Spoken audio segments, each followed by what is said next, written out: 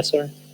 Well, it's it's been a very good day. I had to actually teach an extra class at university today, which is not normal on a Saturday, but Yes, we I had to can make tell. up. Yes. Well, why are you teaching on Saturdays? Is like you have to catch up with work or something? Yeah, there was a makeup class we had to do because I was missed a few classes during the semester. So we made one up today. Okay. So we're going to start with the session. Okay? Okay. All right. Okay, people. Here we have Professor Korten. Like I've told you before, he is one of the persons that kind of inspired me to open up this kind of activity and start this kind of activity and start helping out people by teaching them English. So he has a very broad experience teaching English. He's been teaching in Europe and he has a very interesting background. Up here in the channel that it says chat, you can see his biography, and also you can have access to his Instagram and to the YouTube channel. We share his YouTube videos here in the channel, so you can go there and find a lot of resources. So, does anybody have any questions for Professor? He's here to share his knowledge, his experience with us. Yes, I do have some questions to ask. Okay. Yes, well, first of all, thank you, Professor, for doing this, and thank you, Edu, for arranging this meeting. And my first question is kind of simple. So, what do you think that English learner should study to do or to produce a good academic essays? Where should they start, and where should they move on?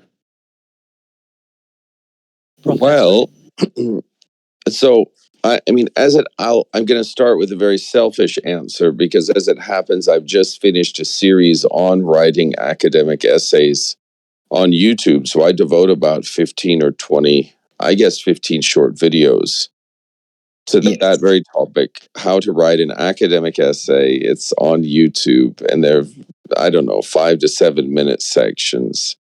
I think that's a very good start, to be honest, because it culls a lot of my latest thinking on teaching academic essays. I've just started 2 videos ago, a research essay, how to write something more elaborate, which is involving sources and a longer essay. So that's underway at the moment. So I would recommend that. Beyond that, there are, of course, if you Google academic essay, there are some very good written sources. The University of North Carolina has a good source writing page. The University of Purdue, interestingly, found in Indiana, they have a good writing page. Harvard has a decent one. I'm not sure it's as good as the others in terms of readability, but it's a decent online resource.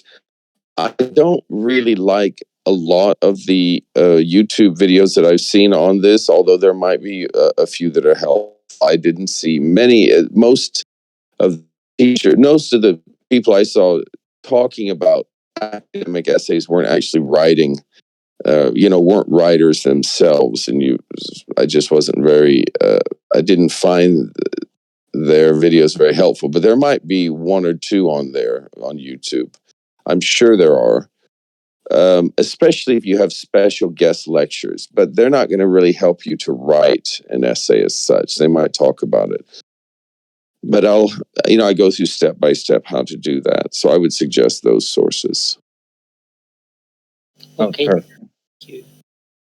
So one of the biggest questions that my students have, and one of the most difficult things for them is like, how to get fluent in English. Do you have any tips for them? Yeah, well, let me ask you, you're a second language learner, I understand. So how did you become fluent? What was your secret to speaking well? For me, like, podcasts didn't work. I don't watch any TV, so maybe just traveling around, going to places, talking with native speakers. That's one of the keys that I always share. But what about the people that don't have the chance to travel and have like an immersion experience? What can they do? So then, yeah, well, I think we have the internet, thankfully, so you can sort of be everywhere from your home, can't you? So these sorts of things, Discord and other online. I know there's another app. I don't use it very much, but it's a very popular app that is started a few months. I don't even remember. I'll have to look. But they have a lot of online voice broadcasts where you're hearing native speakers and you can sit in the room. I forget this. It's very popular chat that's recently is out of California, Clubhouse. So Clubhouse is another that I get notifications all the time of native, prominent Americans or native speakers speaking on different topics. Discord, of course, has a lot of options. I haven't explored it fully yet, so I'm not aware. But you have opportunities to at least listen to native speakers on topics that greatly interest you. And I think that's the key. Edu had a passion to travel and talk to native speakers. You have to find your passion, because if you do exactly what other people do, I think it's going to be a little bit difficult because you don't share their enthusiasm. So you've got to find out what you're enthusiastic about. And because we have the internet today, there are so many mediums by which to connect or link with that passion that you can find native speakers who share those passions and communicate directly or indirectly, but listen, or you can also, participate in these chats.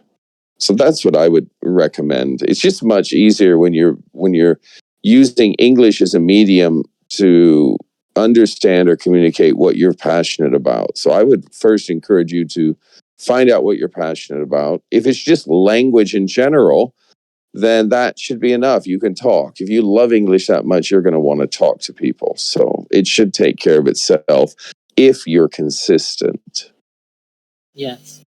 And how do you grow your vocabulary?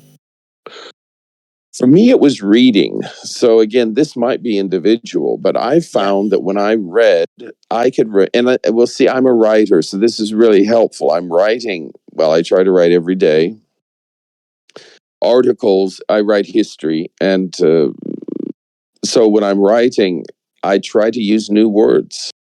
And the new words that I try to use are the words that I encountered when I was reading. And so, especially when I was younger, I was noting all the new words and had a big list, and I would use them in my writing. And I find that when I write a new word in an article, I just never forget it. So that's how I've been able to sort of expand my vocabulary. And the same holds true for other languages I've learned. But it starts for me with reading.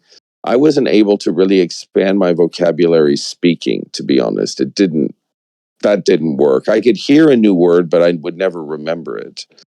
But with reading, for me, that visual effect, I think, helped. And I have to read a lot because I'm writing history. And I just note new words and phrases that I liked and wanted to use in my own vocabulary and my own speech. And voila, it was eventually produced. First, I understood it and wrote it down. And then later, I used it in an article. I challenged myself to use at least 7 to 10 new words or phrases in every article I write. And I think slowly that way I was able to expand. So the question you have to ask is my vocabulary growing by just speaking? And for most of us, that answer will be no. So then you have to go to a secondary question, which is, all right, so then how can I do that? For me, it was reading, then writing. It was this 2-step process. Reading, identify new phrases, and then put it in your own writing. And this was very powerful for me. And so that's how I did it. For you, a lot of you aren't writing, so you're going to have to think of a different model. It might be watching. I know we don't read as much today. This is a fact. I'm a university professor, and I see this. People just aren't reading very much. And I've sort of reluctantly accepted this. So I assign shorter reading. But for you, it might be, if you don't like reading, or if you're not reading, it might be watching something, even Squid Games on Netflix, and note the new words or phrases. And then you have to look them up. And then for you, it will be just repeating them aloud to try to use it in your next conversation or when appropriate. I find this method less effective for me, but it might be maybe the only way to do it for some of you if you're not, reading and writing a lot. Okay. Does anybody have any questions for the professor? Do you have other questions, Max? Yes, I would like to know what is the most common mistake that your students do when they are trying to learn something new, or when they are trying to talk about new things in English? That's a very broad question that I'm not sure I can answer directly. But I can tell you a little bit. The demographics of my students vary, because at university I teach in two, one in Poland and one in Russia, and they're very different students. Although I have to say the level in both are relatively high. In one, I'm giving lectures on history and politics. Another, I'm doing academic writing, and another's something different, sort of special session. So each of them have different tasks that they have to do in English. Then I have an Instagram channel with 800,000 followers. They have a different set of issues, although with 800,000 it varies. I'm getting 400 messages, and their problems can be, effectively reduced to a few main ideas. But in particular, there are a lot of different questions and a lot of different levels, from A1 to teachers. I have a lot of teachers following me. So it's really difficult to generalize that question. So maybe you should ask a specific one, although I will answer something that's interesting, that in general, students have three big fears, or three common questions that I hear from students. And this is on Instagram. Where do I begin? So the beginner asks me, how do I begin? Which is why I started a beginner series on YouTube to try to address that problem. The second question is, how do I improve my speaking? And generally, the answer is to speak more. Just broadly, you have to speak more and regularly, which is why I began a language exchange on my Instagram, and it's the largest one on Instagram. There are, I don't know, thousands and thousands. I've connected hundreds of thousands of people in group and individual chats. So that's been very effective. I have one a few weeks ago. There are, more than 30,000, engagements, but that's not counting private messages, which will double that. So I'm sure it's 60, 70,000 at least. So many people are responding to those. And then the third question I receive is grammar related. Is grammar important? How do we deal with grammar issues? And you, I think, allude to a grammar issue. Students are afraid of grammar by and large, and they don't know really its function in the whole language process. And for me, you can't really take grammar out of the language, because it helps sort of, it makes sense. It's the code, as it were, for the language. So you have to understand the code. The more you understand the code, the better you understand the language. And so for me, I look at it as just solving a code rather than having it be a painful homework. And so one of the ways you can improve your language is to, understand how the language works. Now, the problem with English, and the reason we have so many discussions and so many people talking about English is, well, one of the problems is it's just not a very logical language in many respects. And, prepositions on, at, in, when we use at, when we use on, when we use in, with location, it's just very confusing. And it isn't logical for the most part. Some of it is. Some of it's intuitive, but a lot of it isn't, just sort of random. And that frustrates logical thinkers. Another issue, if you're a perfectionist, you don't really want to begin talking till you feel like you understand the language, which of course presents a catch-22. You're never going to understand the language perfectly or, the grammar perfectly. So you should just get started. So those are the three big questions: how to start, how to improve English, and what's the role of grammar or these grammar issues. And within that, I address thousands of questions, and I have answers, sort of prepared in many cases for these. And I'm happy to talk about specific examples. But the question you asked, I'm not sure I can address adequately. Unfortunately, I've done the best I could here. I'm happy to answer a follow-up, though. Okay. Is there anybody else who wants to ask I a question? do have Luis? another question. Okay, go ahead. Okay. So, what do you think that is the most effective way to give a message across in English in both writing and spoken English? Like, perhaps I have a thought and I want to explain to another person my logic or what I think about something. What do you think is the most effective way to give a message and my idea across? This is a very general question again. So recently, I assigned my university students an essay assignment to write an essay, and I realized that a lot of them don't deal directly with the answer. They talk around it. And so I'll just take a stab in the dark and say one thing you need to do is speak directly to what you want to say. Don't sort of talk around it, but get directly to the point, is to practice communicating effectively. Now, this will help. You will be greatly assisted if you have a teacher or a mentor or someone better than you that can point out how you're ineffective. If you don't have that teacher or mentor, it becomes I think it's difficult. You can be an autodidact, but only to a certain level. Generally, we have what's called blind spots. We don't see the issues sometimes, all the issues that we need to correct. So that's an issue. It's a problem. So having outside counsel is greatly, greatly helpful. So recently, a group of students organized a debate, and I was asked to judge that. And I gave comments after every debate, after every individual debate, the person. And there were 11 participants, and we learned a lot.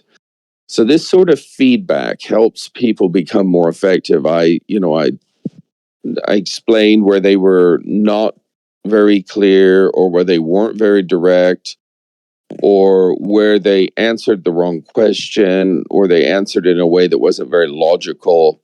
So this sort of input is very helpful. So just to summarize the answer I've given you, it's in two stages. One, you practice being more direct and being more effective in your communication.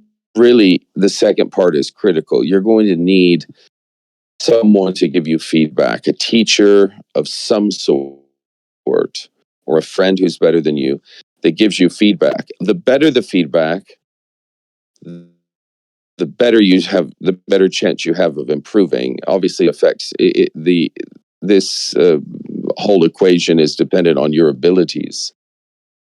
But that would be my answer. So find someone you can sort of learn from and practice being effective as a communicator in front of them. I mean, if you don't have that luxury, the obvious second soundboard is the person you're talking to. You can just read their face, take note of their questions, and that will let you know if they really understood your message when they give you feedback and follow up. Yes, I see. And I think that has something to do with our native language, because in the case of Spanish, at least, we don't speak too directly, because some people find that like unpolite if you're too direct, at least in Spanish. So we have, Interesting. yes, we have that thing to talk too much instead of getting right to the point. So I think that doesn't work in English and makes the things harder. I think you're right. I think you're right. Chris, there's another question that my students always ask themselves, or they ask me, like, there is a gap between um, the learning process when they understand pretty much whatever is being said, but they cannot produce any speaking. How can they sort that out? Yeah, well, if you look at the learning process and these stages of learning, there's this, understanding of the topic, and then I guess the next stage would be understanding and recognizing the topic. That's still a passive form of knowledge or learning. And then we move into, you know, fixing or, assessing the problem and trying to fix it. So it's sort of a hybrid stage of active passive learning. But the ultimate active form of learning in this would be producing something on your own that's, based on a pattern that you've just learned. And that always is an awkward experience. It takes time. Obviously, it depends on the individual learner, but there's going to be that period where you understand it, but you can't produce it. And the only way you solve or bridge this gap is to practice producing it, get some feedback, improve, and do it again. What I see most people doing, either they don't know this or they're not persistent enough, is this stage of making mistakes until they get it right. People aren't willing or don't know they need to go through this. They fail once and they think they're not good. Yeah. When reality is most of us have to just work through it. We just make some mistakes until we produce it in the manner that's appropriate or effective.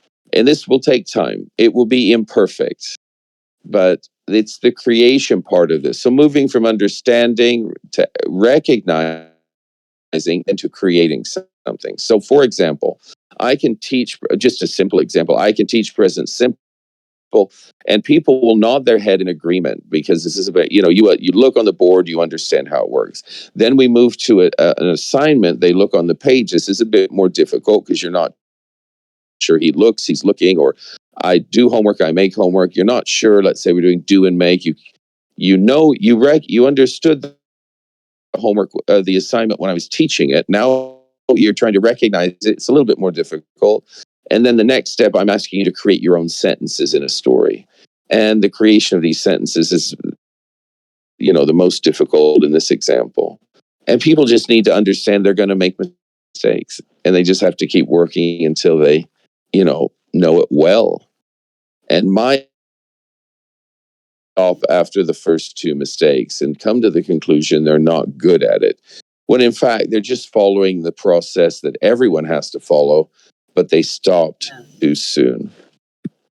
Yes, they're not resilient to failure. You have to become resilient. Yeah, that's a great phrase. I agree. Yeah, very good. Yeah. So, is there any other questions? One of you guys want to ask anything? Because another topic that people are always asking is about pronunciation.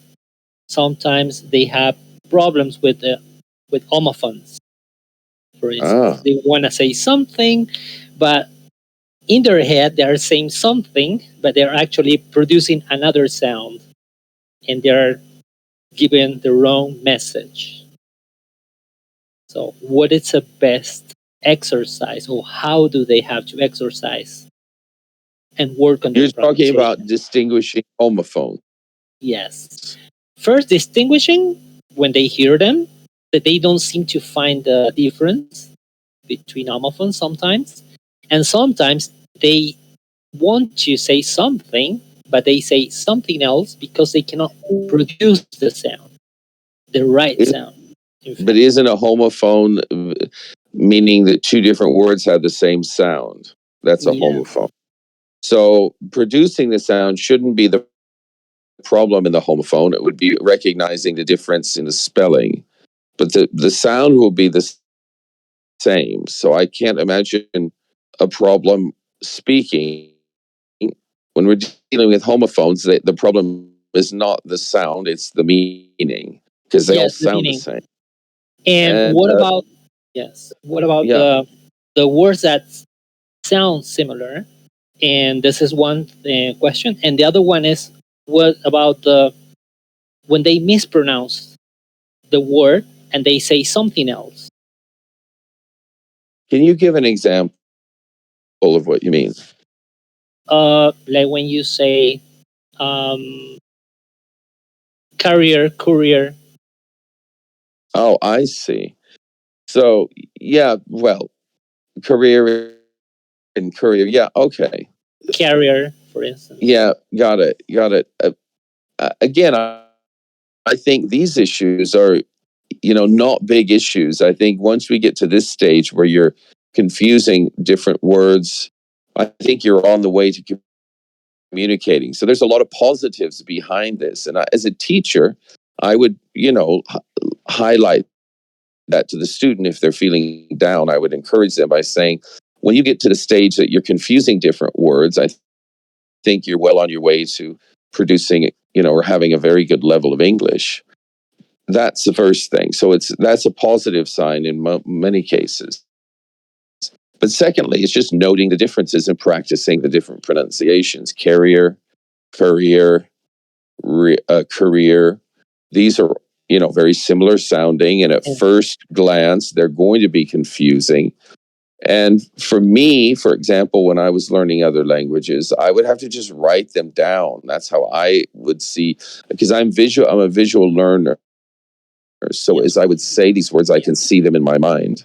And I would have to write them down and repeat them very steadfastly until I was clear of the difference, obviously in the meaning, but also the pronunciation. And so for the others, you have to ask yourself, how can I distinguish these best? I understand me as a learner because I've been learning my whole life. And what's beautiful about learning languages or learning anything is you understand how you learn best, or at least you should. And if you don't, anyone listening to this should ask themselves, all right, in which condition am I most effective learning? So for me, as I've mentioned before, it was, reading, then writing. That's how I expanded my vocabulary. But the bottom line was I was a visual learner, and I was able to remember things a lot longer if I created it in a way that I could see it. And not just read about it, but I created it and could see it. And I could remember this for a long time. And I would, find out how you're best, use that mode when possible, and don't quit until you've mastered the task you have. As you mentioned, this resiliency to press on and not get discouraged. do we have any other questions for Professor? I do have a question that is related to that answer, and is when you're learning a new language, do you prefer? I mean, do you prefer to focus for a certain amount of time in one particular thing, like, for example, focus for 2 months only in grammar or only in reading, or do you like to have like a week routine? Like on Mondays, I will focus on grammar, on Tuesday, I will focus on speaking, and so on. That's a great question. I always tried to do the latter. So I always tried to have this hybrid, multidisciplinary approach where I covered everything, within a set period every week or every day I did. But in reality, I never could do it. I am the type that just gets real focused on one aspect, and I do a deep dive on that, and I was able to effectively learn in that manner. I tried the other way because I thought this is the perfect way. I just was never effective at it. Some of you might be very effective at it, and I will be jealous because I wish I were, but I have to focus on one thing in general. So if I'm writing, maybe two, I can do two things really well. So if I'm writing an article and well, for me, it was two. So let's just use a writing example. I couldn't write 3 or 4 different projects at the same time. So I couldn't do 2 hours, one project one day, one project, the next project Tuesday, then Wednesday, Thursday. I basically had to do one project as the main project till it was finished. And then I could do a second project because I had enough energy, and that would be 1 or 2 hours, but it was never that effective until the main project was done. Then I put the second project in the main project slot. So in general, I could do one thing really well and a second thing sort of well, and everything else not very well at all. Now, you might be, and I'm sure a lot of you are better than me in that department. So it's individual based. So find out. But I think the best result would be doing, as you said in a second, cover a lot of different things consistently over a long time. I just couldn't do it, or haven't been able to do it for some reason. You can work on it. I work on a schedule, but just for 1 or 2 things. I mean, the problem I have now is I have 5 or 6 big projects at the same time. So a Cambridge University article that's due, YouTube videos, Instagram videos, and of course, university teaching in 2 universities. So the truth is, I'm just overworked at the moment, and I'm struggling with how to do it all very well. And yeah, so I'm in a very strange situation in my career where I have to make compromises, but I'm not willing to do it yet, which produces very, very long working days. I guess. So, Professor, do you want to tell us about